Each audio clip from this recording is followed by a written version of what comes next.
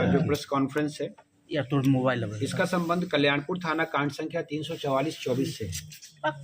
आप में से अधिकांश लोगों को विदित है कि आज से एक वर्ष पूर्व ठीक है 21 दिसंबर 2024 को एक डबल मर्डर समस्तीपुर जिला अंतर्गत हुआ था, जिसमें जमीन कारोबारी विजय गुप्ता और एक टोटो चालक गणेश सहनी इनकी गोली मारकर हत्या कर दी गई थी, जिसके संबंध में एक वर्ष पूर्व कल्याणपुर थाना अंतर्गत 344-24 से केस दर्ज किया गया था।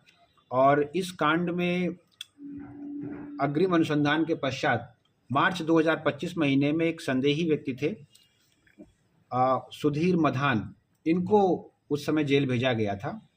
ये जब घटना कारित हुई थी तो जो मृतक थे उनके साथ उसी टोटो पर सवार थे, लेकिन संभवतः कुछ साक्ष्यों की कमी रहने की वजह से इनको जल्दी से जमानत मिल गई थी और ये केस हम लोगों के लिए चैलेंज बना हुआ था।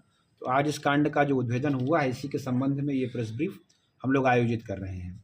इस कांड के उद्भेदन में हम लोगों को लोकल जो हम लोगों के ऑफिसर्स हैं वो तो तब से लगे ही हुए थे, लेकिन एसटीएफ से भी बहुत महत्वपूर्ण सहयोग मिला है, जिसके लिए हम लोग उनका धन्यवाद ज्ञापन करते हैं।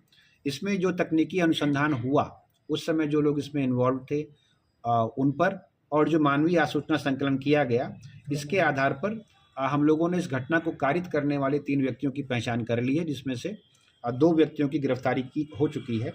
और जो घटना कारित करने वाले जो बाइक चला रहे थे वो फूल बाबू राम हैं, जो कल्याणपुर के रहने वाले हैं, इनको गिरफ्तार कर लिया गया है।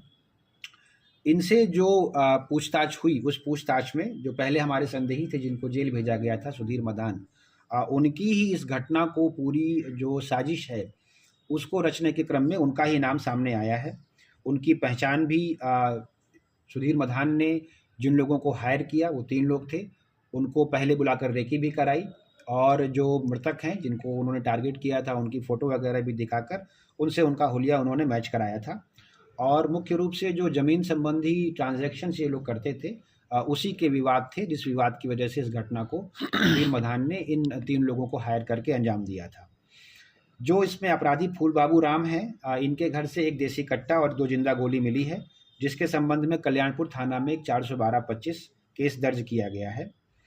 सुधीर मधान से भी इस केस के संबंध में पूछताछ की गई है और उनके घर से भी इस घटना के संबंध में जो एक हथियार प्रयोग हुआ था उसे बरामद किया गया है, जिसके संबंध में नगर थाना कांड संख्या 309-25 दर्ज किया गया है।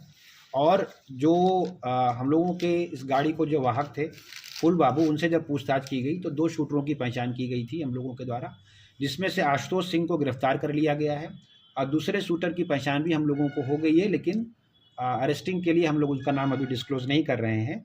इनसे भी पूछताछ की गई, घर का सर्च किया गया, एक वेपन बरामद हुआ है, जिसके संबंध में कल्याणपुर थाना 413-25 हम लोगों ने ये केस और दर्ज किया है।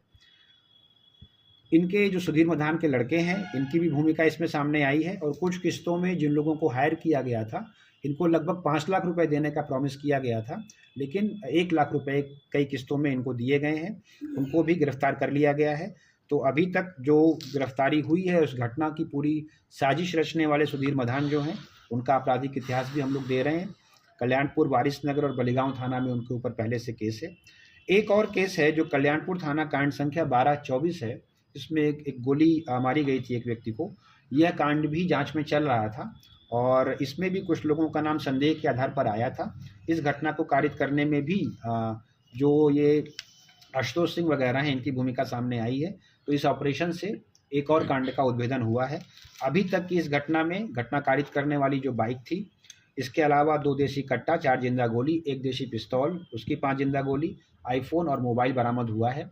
और सबसे महत्वपूर्ण ये है कि इन लोगों के आपस की बातचीत, आने जाने, रेकी करने, इन सभी के संबंध में जो टेक्निकल एविडेंसेस हैं वो भी हम लोगों ने कलेक्ट किए हैं, और हम लोगों की कोशिश होगी कि जल्दी से जल्दी हम लोग इन सारे अभियुक्तों के लिए इनको गिरफ्तार करके भेज रहे हैं। एक महत्वपूर्ण चीज़, चूँकि इनको बेल मिली है, इसलिए इन अभियुक्त के बेल कैंसिलेशन के लिए भी हम लोग प्रस्ताव आगे बढ़ाएंगे। जो छापामारी दल है, इसमें यहाँ पर सीआई सदर हम लोगों के साथ हैं, एसएचओ टाउन भी हम लोगों के साथ हैं। कल्याणपुर की जो टीम है, एसएचओ कल्याणपुर के नेतृत्व में, वो अभी बहुत सारा काम अभी कर रहे हैं, इसलिए यहाँ पर उपस्थित नहीं हो पाए हैं। लेकिन चूँकि ये कांड लगभग 1 वर्ष से ब्लाइंड केस ही चल रहा था और समस्तीपुर पुलिस के लिए चैलेंज बना हुआ था, इसलिए इस कांड के उद्भेदन के लिए हम लोग एसटीएफ का विशेष तौर पर धन्यवाद ज्ञापन करते हैं। किस प्रॉपर्टी के लिए हत्या हुई थी कुछ? प्रॉपर्टीज़ तो 2-3 प्रॉपर्टीज़ हैं। मेनली ये है कि इन लोगों का कहना है कि ये लंबे समय से इस बिज़नेस में ज़मीन के खरीद फरोख्त में शामिल थे। 4-5 और लोग भी शामिल हैं जो इनके परिचित हैं। लेकिन इनका कहना ये है कि सारे ट्रांजैक्शंस में जो ये लोग साथ में मिलकर करते थे, इसमें जो मृतक थे वो ज़्यादा बड़ा शेयर रख लेते थे और उनको कम शेयर देते थे। इसी तरह से जो ज़्यादा प्रॉफिटेबल ज़मीनें थी उनको वो ज़्यादा प्रभावी आदमी थे, तो उस तरह के ट्रांजैक्शंस इन लोगों को नहीं मिल पाते थे। ऑल्दो जो मुख्य जो संदिग्ध हैं, जो पकड़े गए हैं सुधीर मधान, वो न सिर्फ इस घटना में बल्कि इसके अतिरिक्त भी समस्तीपुर जिला अंतर्गत कुछ आपराधिक घटनाएं हुई हैं, जिनको कारित करवाने में लोगों को प्रलोभन देते हैं और रेकी करवाते हैं। इसलिए उनकी बातें जो अन्य लोगों के बारे में वो बता रहे हैं बहुत विश्वसनीय नहीं है, लेकिन उसको भी हम लोग वेरीफाई करेंगे। तो दोनों पुत्र की क्या भूमिका थी? जो पैसे का ट्रांजैक्शन है, घटना के बारे में उनको जानकारी थी और जो पैसे का ट्रांजैक्शन है वो भी उन्होंने दिया है। तो इसमें हम लोग 120B के तहत जो हम लोग पहले करते थे, इन पर भी कार्रवाई कर रहे हैं और इसके संबंध में वो पहले जिन लोगों को हायर किया गया था उनसे भी उनके लड़के मिले थे। जी बताइए क्या प्रश्न है? अन्य जो भूमाफिया उनकी भी कुछ संलिप्तता है इसमें? भूमाफिया की संलिप्तता नहीं है, लेकिन हम लोगों की जो पूछताछ हुई थी उस पूछताछ के संबंध में जो मुख्य अभियुक्त हैं सुधीर मधान, उन्होंने ऐसे कई लोगों का नाम लिया है जो उनके अनुसार इस घटना को कारित करने में कम से कम उनको प्रोत्साहन तो दे ही रहे थे, लेकिन बिना एविडेंस के और बिना इसके वेरिफिकेशन के हम लोग कुछ नहीं कह सकते। तो वो सारा अग्रिम अनुसंधान और वेरिफिकेशन का विषय है। सुधीर मधान जिले में कब से जो है आपराधिक घटनाओं को अंजाम दे रहे थे? इनके संबंध में जो इन लोगों के इनके आपराधिक इतिहास हैं, वो तो एक बहुत पुराना केस वैशाली थाना में बलिगांव में वैशाली जिले में 2009 का भी है।